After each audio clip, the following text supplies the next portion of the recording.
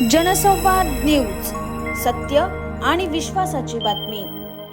भिवंडी शहराची तहान भागवणारा वराळा तलावात पोहण्यासाठी गेलेल्या 3 शाळकरी मुलांचा बुडून मृत्यू झाल्याची घटना समोर आली आहे। या घटनेने शांतीनगर परिसरात शोककळा पसरली असून हळहळ व्यक्त केली जात आहे। गुलाम मुस्तफा अन्सारी, शेख साहिल पीर मोहम्मद आणि दिलबर रजा शमशुल्ला अशी बुडून मयत पावलेल्या शाळकरी मुलांची नावे आहेत। मयत तिघेही शांतीनगर पोलीस ठाणे हद्दीतील पिरानीपाडा परिसरातील वेगवेगळ्या कुटुंबात रहमत मदीना मस्जिद जवळ राहत असून तिघेही मित्र आहेत। पोलिसांनी गुरुवारी सकाळपासून या तिघांचा शोध सुरू केला असता मयतांपैकी गुलाम याचा मृतदेह गुरुवारी सायंकाळी स्थानिकांना वराळा तलावात दिसून आला।